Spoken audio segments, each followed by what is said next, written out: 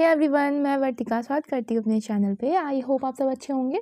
तो जो भी DSSB की तैयारी कर रहे हैं, तो DSSB PRT में जो पेडागॉजी आती है वो आपकी NIS से बहुत प्रभावित होती है ऐसा इसलिए बोली कि NIS के आप प्रीवियस ईयर उठा के देखेंगे तो NIS के जो DLED का कंटेंट है या कोर्स है उससे बहुत क्वेश्चन आते हैं। तो मैं यहाँ पे वही जो कोर्सेज़ हैं उनकी PDF आपको फ्री ऑफ कॉस्ट दे रही हूँ एंड वीडियो आपको दे रही हूँ। लेकिन PDF पढ़ने से पहले आप क्या करेंगे, वीडियो को पूरा सुनेंगे, देन PDF पढ़ेंगे और फिर मल्टीपल टाइम रिवाइज करेंगे, क्योंकि रिवीजन बहुत इंपॉर्टेंट होता है किसी भी एग्ज़ाम को क्रैक करने के लिए। ठीक है, बस एक इतनी सी रिक्वेस्ट है कि मेहनत कर रही हूँ तो बस आप इस वीडियो को ज़्यादा से ज़्यादा शेयर करिएगा उन लोगों तक जो भी इसकी तैयारी कर रहे हैं, और चैनल को रिकमेंड करिएगा।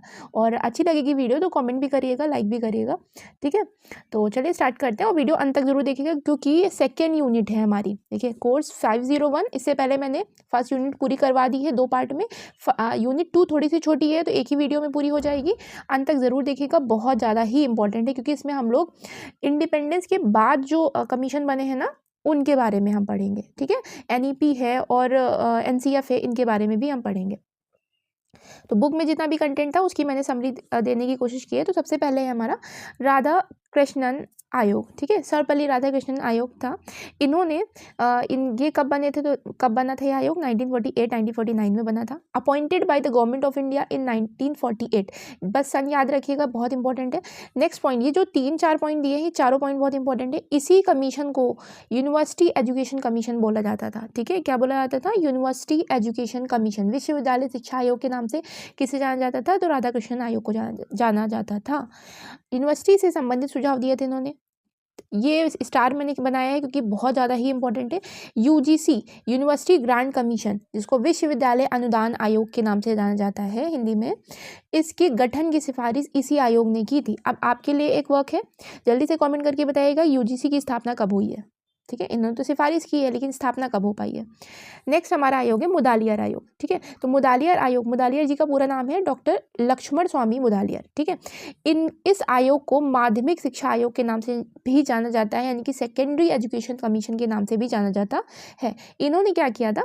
इन्होंने एक तो सेकेंडरी एजुकेशन पे तो सुझाव दिए थे, साथ में टीचर ट्रेनिंग होती है वो, उसके लिए 2 प्रकार के इंस्टीट्यूट उन्होंने रिकमेंड किए थे। पहला, प्राइमरी टीचर्स के लिए एक सेपरेट बोर्ड बनाया जाना चाहिए, और जो भी 12th करे हुए उनके बाद 2 साल का उनका कोर्स होना चाहिए, ट्रेनिंग होनी चाहिए, और सेकेंडरी टीचर ट्रेनिंग इंस्टीट्यूट बनाना चाहिए जो कि यूनिवर्सिटी से एफिलेटेड होना चाहिए। ठीक है, यूनिवर्सिटी से एफिलेटेड होना चाहिए, और ग्रेजुएशन के बाद 1 साल के लिए ट्रेनिंग दिया जाना चाहिए। ये इनकी रिकमेंडेशन रही थी। नेक्स्ट जो आयोग है वो है national committee on women's education. ठीक है, तो जो कि नाम से पता चल रहा है कि महिलाओं की शिक्षा से रिलेटेड था। तो महिलाओं की शिक्षा से रिलेटेड इसकी अध्यक्ष कौन रही थी? दुर्गाबाई देशमुख जी रही थी। तो दुर्गाबाई देशमुख वुमेन एजुकेशन के ऊपर जो आयोग बना था उसकी अध्यक्ष रही थी। कब बना था? 1958 में बना था, लेकिन रिपोर्ट कब सौंपी है इन्होंने? 1959 में। तो दोनों याद रखिएगा, 1958 एंड 1959। क्लियर? अब यहाँ पे इन्होंने मतलब महिलाओं की शिक्षा के लिए राष्ट्रीय समिति बनाई गई थी। इन्होंने समान शिक्षा की बात कही थी, तो मैंने यहाँ लिख दिया है boys is equal to girls, यानी कि लड़कों और लड़कियों को समान जो है अधिकार दिया जाना चाहिए शिक्षा का। इन्होंने सह एजुकेशन मतलब को एजुकेशन की भी बात कही थी। को एजुकेशन किसके लिए? जो मिडिल स्कूल होते हैं, मतलब जो 11 से 14 साल तक के बच्चे होते हैं उनके लिए, उस एज ग्रुप के जो बच्चे होते हैं उनके लिए आपका को एजुकेशन की बात कही गई थी। लेकिन हाई स्कूल, यानी कि आप ऐसे समझ सकते हैं कि प्राइमरी लेवल तक इन्होंने को एजुकेशन कहा था, लेकिन हायर स्कूल के लिए, जो हाई स्कूल होता है उस लेवल के लिए लड़कियों के लिए सेपरेट स्कूल बनाने की बात कही थी। और एक बात और मैंने यहाँ लिखा नहीं है, इसीलिए मैं कहती हूँ थोड़ा वीडियो सुन लिया करिए, भले आप 2x स्पीड पे सुने, 1.5 स्पीड पे सुने, हालांकि मैं खुद ही बहुत तेज़ बोलती हूँ। लेकिन इन्होंने एक रिकमेंडेशन और दी थी। वो रिकमेंडेशन ये थी कि आप जो करिकुलम बनाएं, जो पाठ्यचर्या बनाएं, वो लड़कियों के अनुकूल बनाएं। ठीक है, मतलब उसमें लड़कियों से रिलेटेड जो बातें हैं उनका भी ध्यान रखा जाए। ठीक है, तो ये दुर्गाबाई देशमुख जी का ये आयोग था। तो अब हम पढ़ते हैं कोठारी आयोग। कोठारी आयोग कब बना था? 1964 में बना था। 1966 में रिपोर्ट सौंपी थी। डॉक्टर DS कोठारी इसके अध्यक्ष रहे थे। और इन्होंने क्या कहा था, इस रिपोर्ट का बेस क्या रहा था, रिपोर्ट का आधार क्या रहा था? रिपोर्ट का आधार ये रहा था कि इन्होंने कहा था कि शिक्षा जो है वो उसको सोशल रिकन्स्ट्रक्शन के लिए, इनकी समाज के पुनर्निर्माण के लिए, और सेम टाइम पे लोगों की जो नेशन डेवलपमेंट में यानी कि राष्ट्र विकास में जो भागीदारी है उसको बनाने के लिए शिक्षा का यूज़ किया जाना चाहिए। ठीक है, अब ये इन्होंने कहा था। एंड देन शिक्षा आयोग के नाम से भी इनको जाना जाता है। इस आयोग को शिक्षा आयोग, एजुकेशन कमीशन के नाम से भी जाना जाता है। 3 लैंग्वेज फॉर्मूला बहुत फेमस है, जो कि अभी आगे आप पढ़ेंगे। NEP में जब इसको लागू किया गया था या NCF में भी इसकी बात हुई है, तो 3 लैंग्वेज फॉर्मूला इन्हीं की देन है, कोठारी, DS कोठारी जी की देन है। अब यहाँ पे एक बहुत इंपॉर्टेंट क्वेश्चन मैं बताती हूँ। SUPW, ठीक है, SUPW का फुल फॉर्म होता है सोशली यूजफुल प्रोडक्टिव वर्क। ठीक है, अब यहाँ पे इसको इंट्रोड्यूस किसने किया था? देखिए मैंने काट दिया, वहाँ लिखा था इंट्रोड्यूस वाली लाइन, लेकिन इसको विजुअलाइज किया था इन्होंने, मतलब शुरुआत इन्होंने की थी। और सेम टाइम पे अगर इंट्रोड्यूस वर्ड आता है तो ईश्वर भाई पटेल जी द्वारा किया गया, क्योंकि ये प्रीवियस ईयर में एक बार क्वेश्चन पूछा भी गया है ये। ठीक है, 2018 के आई थिंक प्रीवियस ईयर में पूछा गया था कि SUPW को इंट्रोड्यूस किस समिति के द्वारा किया गया था? तो ईश्वर भाई पटेल द्वारा किया गया, जो कि हम आगे पढ़ेंगे आगे वाली यूनिट में। लेकिन अभी मैंने ये चीज़ क्लियर कर दी कि इसको इन्होंने विजुलाइज किया था, तो बस ऐसे लिख दिया है मैंने। इन्होंने क्या क्या सुझाव दिए थे? एजुकेशन फॉर इंक्रीजिंग प्रोडक्टिविटी, यानी कि प्रोडक्टिविटी को बढ़ाने के लिए एजुकेशन होनी चाहिए, ये सारे सुझाव हैं उनके। एक्सेलरेटिंग प्रोसेस ऑफ मॉडर्नाइजेशन, यानी कि आधुनिकीकरण की तरफ जाना चाहिए education. And social and national integration की तरफ, कि सामाजिक और राष्ट्रीय रूप से एकीकृत हो सके हम लोग। और सेम टाइम पे नेशनल वैल्यू, जो राष्ट्रीय मूल्य होते हैं, उनका भी ध्यान रखा जाए। अब ये इतना इंपॉर्टेंट नहीं जितना इंपॉर्टेंट ये है, ये कॉमन सिस्टम जो 10+2+3 है, CSS का फुल फॉर्म, पहली बात तो कॉमन स्कूल सिस्टम, यही कोठारी आयोग की देन है। इसको हिंदी में कहते हैं सामूहिक विद्यालय प्रणाली। ठीक है, इन्होंने कहा था कि जो प्राथमिक स्तर पर, मतलब जो प्राइमरी लेवल है उसमें मातृभाषा का यूज़ होना चाहिए, मदर टंग का यूज़ होना चाहिए। और जो माध्यमिक सेकेंडरी लेवल है उसमें क्षेत्रीय भाषा का यूज़ होना चाहिए। क्लियर? CSS को इन्होंने 10 वर्ष में लागू करना बताया था, कि CSS यानी कि कॉमन स्कूल सिस्टम जो है वो नेक्स्ट 10 सालों में इसको लागू कर दिया जाना चाहिए किसी भी हाल में। And free education for all की भी बात इन्होंने की थी अपने मतलब सिफारिशों में, जो रिकमेंडेशन होती है उसमें। अब पढ़ते हैं नेक्स्ट इंपॉर्टेंट है, ये ज़्यादा इंपॉर्टेंट है, मतलब फर्स्ट यूनिट का तो सेकेंड हाफ बहुत इंपॉर्टेंट है। सेकेंड हाफ जिसमें मैंने कमीशन बताए थे, जो प्री इंडिपेंडेंस वाले कमीशन है, और यहाँ पे हंटर कमीशन वगैरह जो बताया था, और यहाँ पे आपका ये पूरी ही यूनिट इंपॉर्टेंट है, क्योंकि इसमें हम लोग NCF पढ़ेंगे, NEP पढ़ेंगे, और ये जो इंपॉर्टेंट कमीशन है वो भी पढ़ेंगे। ठीक है, यशपाल समिति जो है वो राष्ट्रीय सलाहकार समिति के अध्यक्ष प्रोफेसर यशपाल जी रहे थे, यानी कि ये एक नेशनल एडवाइजरी जो कमेटी थी वो थी, उसके अध्यक्ष प्रोफेसर यशपाल जी रहे थे। शिक्षा बिना बोझ, आपने बहुत पहले से सुना होगा, लर्निंग विदाउट बर्डन, क्योंकि इससे रिलेटेड तो हमारे क्वेश्चन आते ही हैं। तो लर्निंग विदाउट बर्डन जो है वो इन्हीं समिति की सिफारिश पे इन्होंने अपनी रिपोर्ट जो दी थी, उस रिपोर्ट में ही इन्होंने लर्निंग विदाउट बर्डन का जिक्र किया था। ठीक है, और डिस्करेज कमीशन, अब इन्होंने क्या क्या कहा, क्या क्या रिकमेंडेशन दी है, क्या क्या कहा था कि ये चीज़ें होनी चाहिए, कि इन्होंने कहा था कि कंपटीशन है ना उसको डिस्करेज किया जाए, कंपटीशन नहीं होना चाहिए, जो पुरस्कार है इनको भी डिस्करेज किया जाना चाहिए। दोनों चीज़ें साथ में ही हैं, कि ये चीज़ें करके आप बच्चों को सीखने का वो मौका नहीं देते। इनकरेज करना चाहिए ग्रुप एक्टिविटी को। ठीक है, ग्रुप एक्टिविटी को इन्होंने इनकरेज करने की बात कही थी। और नो टेस्ट और the interview for the admission, primary में एडमिशन के लिए कोई भी टेस्ट और इंटरव्यू नहीं होना चाहिए। टेक्स्ट बुक को स्कूल की प्रॉपर्टी समझा जाना चाहिए, रोटेशन बेसिस पे यूज़ होना चाहिए, स्कूल में ही यूज़ की जाए, स्कूल में ही रख दी जाए। ऐसा इन्होंने कहा था कि टेक्स्ट बुक को मतलब बर्डन, भार ना बनाया जाए उसको। प्राइमरी स्कूल में कोई भी होमवर्क देने की बात नहीं कही है इन्होंने, मतलब कहा है कि no homework in primary school. ठीक है, अपर प्राइमरी स्कूल में इन्होंने कहा है होमवर्क आप दे सकते हो, लेकिन वो टेक्स्ट बुक आधारित नहीं होना चाहिए, यानी कि नॉन टेक्स्ट बुक होना चाहिए। ठीक है, नॉन टेक्सचुअल होना चाहिए, ये बात याद रखिएगा, ये रिकमेंडेशन है। एंड कॉन्सेप्ट बेस्ड करिकुलम, जो करिकुलम बनाया भी जाए प्राइमरी लेवल पे, वो कॉन्सेप्ट बेस्ड होना चाहिए। और मुहावरे, जीवन संबंधी, ये तो क्योंकि ऑब्वियसली NCF इनसे बहुत प्रभावित रहा है। जो NCF हम 2005 वाला पढ़ेंगे वो कहीं ना कहीं 2005 ये यशपाल जी की जो रिपोर्ट है उनसे बहुत प्रभावित रहा है, तो उसकी कई सारी चीज़ें इसमें आपको मैच मिलेंगी। ठीक है, और सब चीज़ें याद रहेंगी, लेकिन यहाँ पे ये जो पॉइंट है ये याद रखिएगा कि ये सारे स्टेटमेंट इन्हीं के द्वारा दिए गए हैं। अब ये एक इम्पॉर्टेंट स्टेटमेंट है कि गांव, खंड एंड जिला स्तर पर शिक्षा समिति बननी चाहिए। इन्होंने ये सिफारिश की थी कि विलेज लेवल पे, ब्लॉक लेवल पे एंड सेम टाइम पे डिस्ट्रिक्ट लेवल पे एजुकेशन कमिटीज़ को बनाया जाना चाहिए। एजुकेशन जो कमीशन है उनको बनाया जाना चाहिए जो कि इस लेवल पे देख रेख कर सके।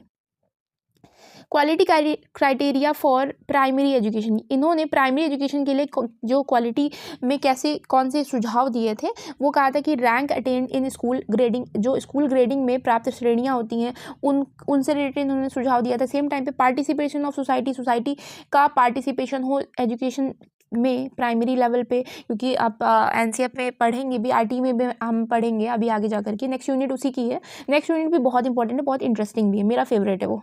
ठीक है, तो वो सारी चीज़ें हो गई। और नेक्स्ट है परसेंटेज ऑफ अटेंडेंस मतलब नामांकन ज़्यादा से ज़्यादा हो सके। लोग जो अपव्यय और अवरोधन होता है ना, अपव्यय का मतलब होता है कि बच्चे क्या करते हैं कि छोड़ देते हैं स्कूल, बीच में ही छोड़ देते हैं, ब्रेक लग जाता है। और अवरोधन का मतलब होता है एक ही क्लास में बने रहना, और आई थिंक इसको इंग्लिश में रिटेंशन बोलते हैं, और आप वह का नहीं पता मुझे, मैं एक बार क्लियर करके नेक्स्ट वीडियो में बता दूंगी। तो यहाँ पे वो सारी चीज़ें पे इन्होंने कहा था कि बच्चे क्या करें, अटेंडेंस मतलब स्कूल में उपस्थित हो सके। टीचर की तैयारी के बारे में बात की थी कि जो टीचर की जो प्लानिंग होनी चाहिए उसमें method of teaching, material, achievements in school test, art, work experience और फिजिकल एजुकेशन, ये सारी बातें इन्होंने अपने सुझाव में कही है प्राइमरी एजुकेशन से रिलेटेड। सजेशन इनका रहा था कि जो टीचर एजुकेशन प्रोग्राम है, ठीक है, टीचर की जो शिक्षा से रिलेटेड प्रोग्राम है वो डिग्री के बाद 1 साल का होना चाहिए था और 10+2 के बाद 3 साल का होना चाहिए। ये इनका सजेशन रहा है। वो जो टीचर ट्रेनिंग होती है उससे रिलेटेड इन्होंने ये बात कही थी। ठीक है, अब जल्दी से एक रफली देख लेते हैं कौन कौन से कमीशन अभी तक हमने पढ़े। Education commission for elementary education के लिए पोस्ट इंडिपेंडेंस यानी कि स्वतंत्रता के बाद वाले कौन से रहे हैं, तो राधाकृष्णन आयोग 1948-49, मुदालियार आयोग 1952, दुर्गाबाई आयोग 1958, रिपोर्ट इन्होंने सौंपी है 1959 में, एंड कोठारी आयोग 1964 एंड 66। क्लियर। अब हम पढ़ते हैं एनईपी जो कि बहुत इंपॉर्टेंट है। एनईपी 1968 जो हमारी फर्स्ट एनईपी रही थी, ये किससे प्रभावित थी, ऑब्वियसली कोठारी आयोग, जो कोठारी आयोग की सिफारिश जो रिकमेंडेशन थी उस पर आधारित ये एनईपी बनाई गई थी। ठीक है, अब इसके मुख्य बिंदु जल्दी जल्दी देख लेते हैं। ऐसे ही उसमें भी लिखा हुआ था, बहुत डिटेल नहीं दे रखा था, और उसको मैं भी शॉर्टकट में कवर करने की कोशिश करूँगी।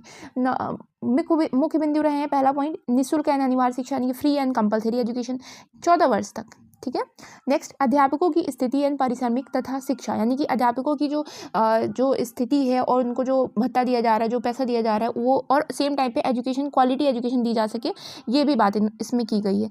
भाषाओं का विकास हो, त्रिभाषा सूत्र, क्योंकि कोठारी आयोग से ये कहीं ना कहीं प्रभावित रहा था या उसकी सिफारिश रिकमेंडेशन पे बेस ये बना था। तो 3 में क्यों भूल रही हूँ, 3 लैंग्वेज फॉर्मूला इसमें बात की गई है। ठीक है, क्षेत्रीय भाषाओं का विकास और माध्यमिक स्तर पे त्रिभाषा सूत्र लागू करने की, मतलब रीजनल लैंग्वेज का विकास हो सके। सेम टाइम पे जो सेकेंडरी स्तर है, सेकेंडरी लेवल है, उस पर 3 लैंग्वेज फॉर्मूला का यूज़ किया जाए।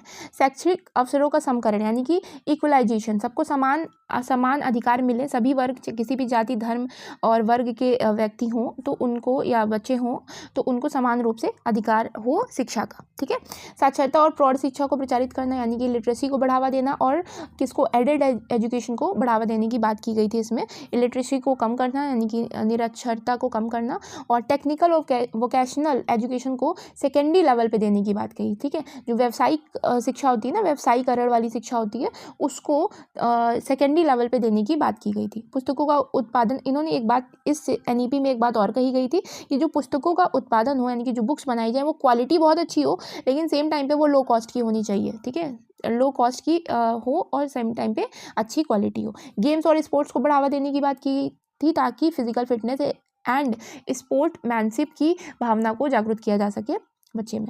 अंशकालिक शिक्षा तथा पत्राचार पाठ्यक्रम यानी कि part time education and corresponding courses जो कि फुल टाइम जैसे हों, मतलब वो काम वही कर रहे हैं फुल टाइम वाला, लेकिन उसको पार्ट टाइम के रूप में यूज़ किया जा सके, ऐसा भी इस एनईपी में बात की गई है। तो ये सारी 8 जो पॉइंट हैं, 8 के 8 इंपॉर्टेंट है, क्योंकि हो सकता है इसमें से कोई ऑप्शन आ जाए कि कौन सा नहीं है, तो आप हटा सकते हैं यहाँ से। राष्ट्रीय शिक्षा नीति 1986 वाली राष्ट्रीय शिक्षा नीति में क्या कहा गया था कि समान शैक्षिक संरचना यानी कि कॉमन एजुकेशन स्ट्रक्चर 10+2+3 10 कोर तत्वों के साथ नेशनल करिकुलम फ्रेमवर्क। अब देखिए, क्योंकि अभी आप पढ़ेंगे जो एनसीएफ बनेगा ना, जो पहला एनसीएफ बनेगा एंड देन फिर एनसीएफ बनेंगे, वो 1986 की एनईपी के बाद ही बनेगा। तो इसीलिए इन्होंने कहा था कि 10 जो मेन तत्व हैं उनके साथ, मेन एलिमेंट्स के साथ हमको एनसीएफ का निर्माण किया जाना चाहिए। सभी के लिए समान शैक्षिक अवसर, यानी कि वही चीज़ कि सबको समान रूप से शिक्षा मिल सके। एडेड एजुकेशन को इसमें भी बढ़ावा देने की बात की थी। Scientific and technological use in education, यानी कि एजुकेशन में जो वैज्ञानिक और तकनीकी जो विकास हो रहे हैं उनका भी यूज़ किया जाए। अब सबसे इम्पॉर्टेंट पॉइंट है ये वाला, इसको मैं स्टार बनाना भूल गई थी, लेकिन ये बहुत अच्छे से याद रखिएगा कि ऑपरेशन ब्लैक बोर्ड फॉर यूईई। अब जल्दी से कमेंट करके बताइएगा यूईई का फुल फॉर्म क्या होता है। मैंने लास्ट वाली वीडियो में बताया भी था, फर्स्ट यूनिट में मैंने फुल फॉर्म लिखवाए हैं, या जो मैंने बताया है उसमें है ये चीज़, ठीक है। तो यहाँ पे ऑपरेशन ब्लैक बोर्ड सबसे ज़्यादा इंपॉर्टेंट है कि ऑपरेशन ब्लैक बोर्ड कब इंट्रोड्यूस हुआ था, एनईपी 1986 में इंट्रोड्यूस हुआ था, ठीक है। अधिगम के न्यूनतम स्तर की बात की गई थी कि मिनिमम लेवल ऑफ लर्निंग की। नवोदय विद्यालय, अगेन ये बहुत इंपॉर्टेंट पॉइंट है, स्टार करिएगा कि नवोदय विद्यालय को भी इसी एनईपी में इंट्रोड्यूस किया गया है। वो वोकेशनलाइजेशन ऑफ एजुकेशन, यानी कि व्यवसायीकरण की बात इसमें की गई है कि हमें जो एजुकेशन में ऐसे कोर्सेज को लाना चाहिए जो व्यवसायीकरण से संबंधित हो। एससीईआरटी, ये बहुत इंपॉर्टेंट, यानी कि इस एनईपी में 3 पॉइंट बहुत इंपॉर्टेंट है। एक आपका ऑपरेशन ब्लैक बोर्ड, एक आपका नवोदय विद्यालय, और एक आपका आ जाता है एससीईआरटी एंड डाइट्स की स्थापना, ठीक है। जो state council of education research and training होते हैं, जैसे जो एनसीईआरटी होता है वो सेंट्रल लेवल पे चलता है, एससीईआरटी स्टेट लेवल पे चलता है। तो जो डाइट होते हैं उनकी स्थापना किसके लिए, ऑब्वियसली टीचर के लिए, है ना। तो टीचर ट्रेनिंग के लिए इसी एनईपी में बात की गई थी। Social, economic, cultural, environmental issues को जागरूकता लाना भी इस एनईपी का लक्ष्य रहा था। तो यहाँ की मैंने जो इंपॉर्टेंट पॉइंट है वो बता दिए हैं। देखिए, इसीलिए मैं कहती हूँ आप वीडियो सुन लिया करें, क्योंकि वहाँ पे मैं आपको एग्जैक्ट बता दूंगी कि कैसे कहाँ से क्वेश्चन उठ सकते हैं, ठीक है। ऐसे फिर पीडीएफ बाद में पढ़ लिया करें। और ये स्ट्रॉन्ग बेस रहा था यूईई का, जो कि अभी तक आपने कमेंट कर दिया होगा, नहीं किया है तो जल्दी से करिए कि यूईई का फुल फॉर्म क्या होता है।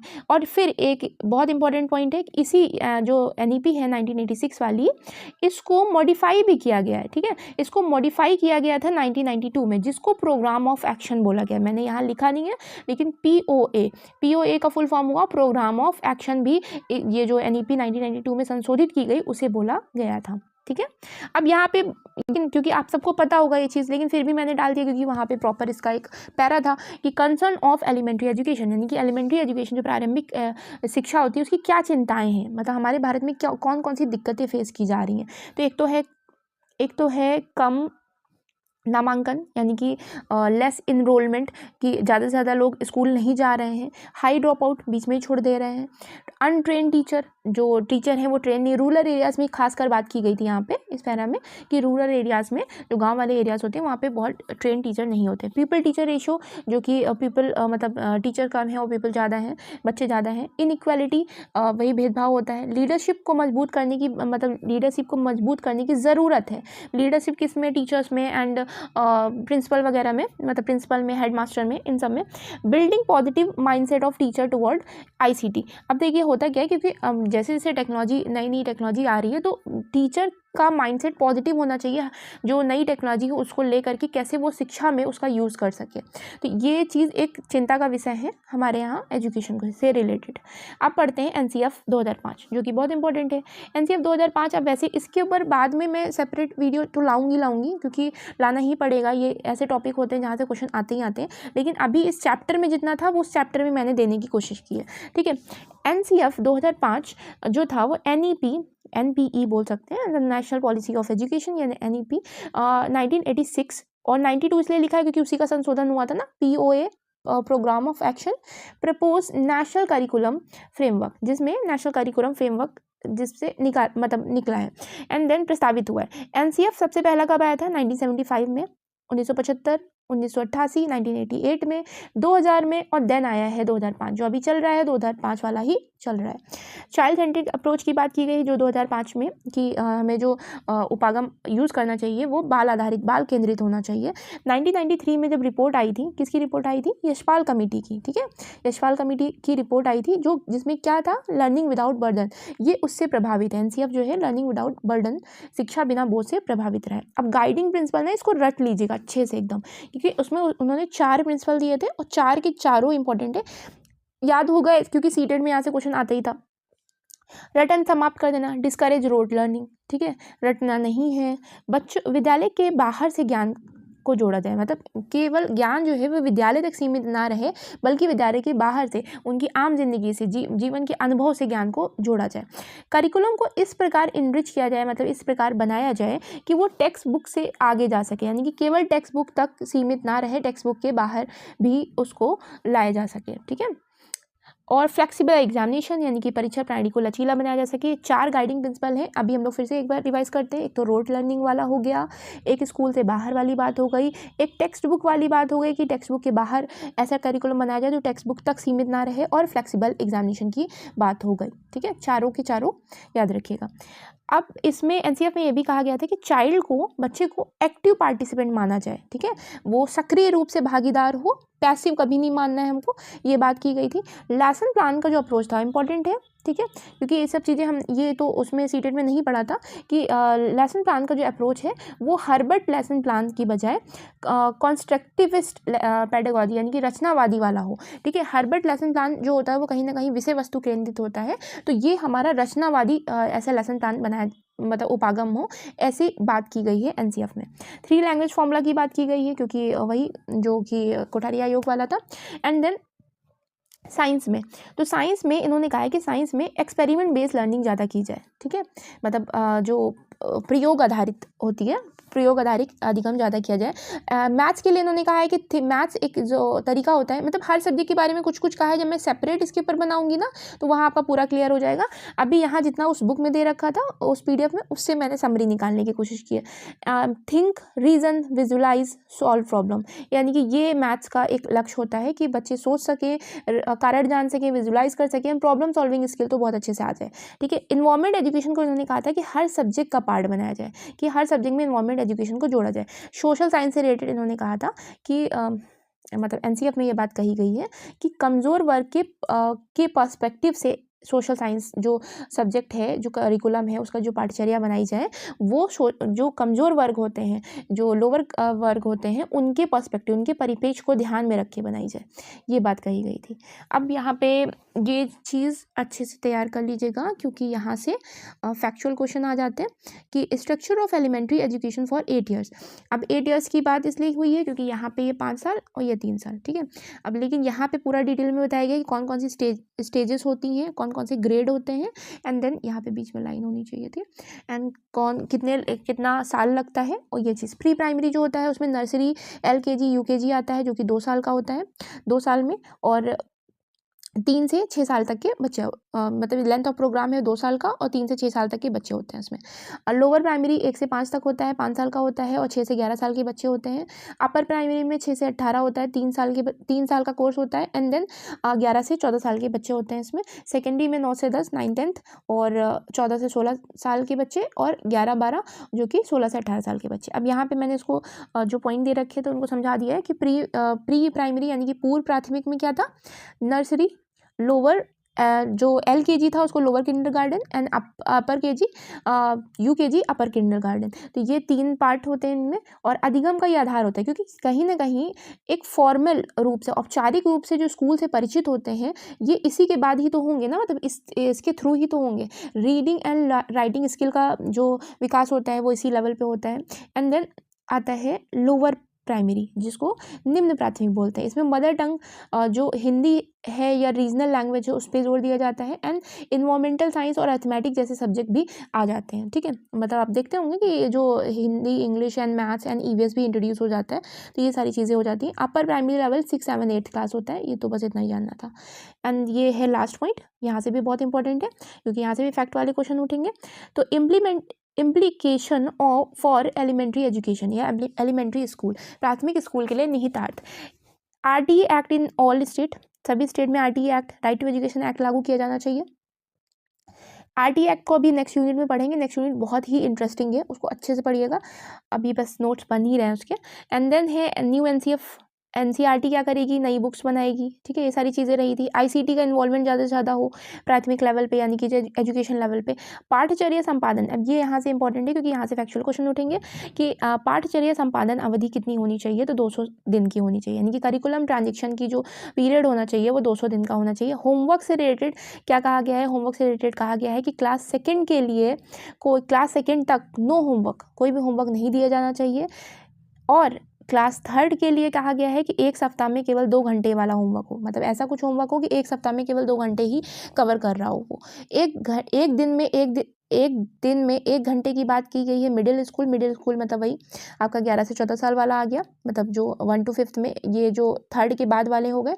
एंड देन आपका 2 घंटे एक दिन में, 2 घंटे एक दिन में 2 घंटे कहा गया है सेकेंडरी एंड हायर सेकेंडरी के लिए। क्लियर। अब यहाँ पे होता है आपका ये खत्म, इसको याद कर लीजिएगा, जो फैक्चुअल क्वेश्चन है वो ऑब्वियसली याद करने वाले हैं। और मैं कोशिश ये करूँगी कि जब एक ब्लॉक खत्म हो पूरा, देन मैं उसके ऊपर कुछ क्विज टाइप में कुछ क्वेश्चन लाऊं, देन आपका रिवीजन हो जाएगा ताकि, ठीक है। तो अच्छे से तैयारी करिएगा और वीडियो को पहले सुन लीजिएगा, देन पीडीएफ पढ़िएगा क्योंकि वो ज़्यादा इंपॉर्टेंट है, और शेयर करना मत भूलिएगा क्योंकि थोड़ी सी मेहनत लगी है तो मुझे काफ़ी अच्छा लगेगा। So thank you for watching my videos.